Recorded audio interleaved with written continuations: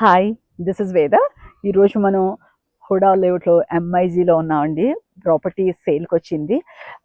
ఇక్కడ చెప్పాలనుకుంది ఏంటంటే plot size అయితే చాలా బాగుంది, 324. మీకు ఎవరికన్నా ఫర్దర్గా ఏమన్నా కావాలి అంటే డీటెయిల్స్ కావాలంటే కాల్ చేయండి. ఎందుకు పూర్తి డీటెయిల్స్ ఇవ్వలేమంటే మన కంపెనీ వేద ఎన్ఆర్ఐ సర్వీసెస్ కంపెనీ ఎందుకు స్టార్ట్ చేసాము, ఎన్ఆర్ఐస్కి వీ విల్ టేక్ కేర్ అని స్టార్ట్ చేసాం. But slowly people NRIs approach అవటం, సేల్ చేయడం అని నడుస్తుంది. లాస్ట్ ఇయర్ మనం హుడా లేఅవుట్ కూడా చాలా మందికి రిఫరెన్స్ ఇచ్చాం, ఎందుకు మనమే చేయకూడదని స్టార్ట్ చేసాం. సో ఇప్పుడు హుడా లేఅవుట్లో కూడా మనం చేస్తున్నాం. ఇది కూడా స్పెసిఫిక్గా ఏంటంటే ఎవరైతే బయర్స్ వస్తున్నారో వాళ్ళని కూడా మేము చాలా జాగ్రత్తగా చూస్తున్నామండి. అలాగే సెల్లర్స్ కూడా నాకు కంఫర్ట్ అయితేనే నేను చూస్తాను. సో ఈ కంఫర్ట్ అనేది ఎందుకు ఎందుకు చెప్తున్నానంటే ఈ ఓనర్ వచ్చి ఆల్మోస్ట్ మనకి కంపెనీ స్టార్ట్ చేసిన ఫ్యూ మంత్స్లో మనల్ని అప్రోచ్ అయిన ఓనర్ అనమాట. యూఎస్ నుంచి అప్రోచ్ అయ్యారు. వాళ్ళకి మనకి సరోవర్లో ప్రాపర్టీ ఉంటే నేను అప్పుడు సేల్ చేయలేదు, బట్ టోటల్ ఆయన సేల్ చేసుకోవడానికి ఏమేమి రిక్వైర్మెంట్ ఉన్నాయో అది జస్ట్ ఫ్రీ సర్వీస్ లాగా చేశాను నిజంగా.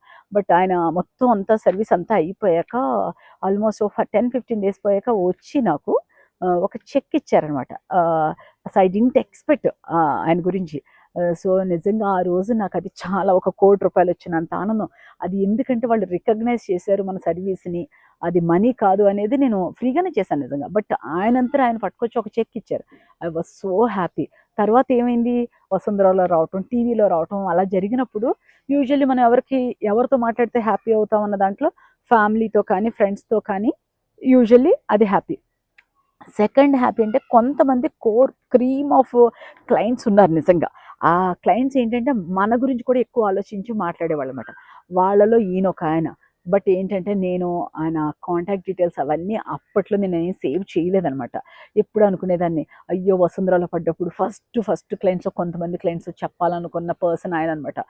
నెంబర్ మిస్ అవ్వటం వల్ల చేయలేకపోయాను. ఇప్పుడు ఈ స్టోరీ ఎంతగా చెప్తున్నానంటే ఆయన మళ్ళీ ఆల్మోస్ట్ 7 years తర్వాత మనల్ని కాంటాక్ట్ చేసి ఈమెయిల్ పెట్టారన్నమాట. గుర్తున్నానో లేదో మీరు ఇలా పెడితే, నిజంగా ఈ సైట్ మనకి ఇస్తారో ఇవన్నీ మనకేం తెలీదు.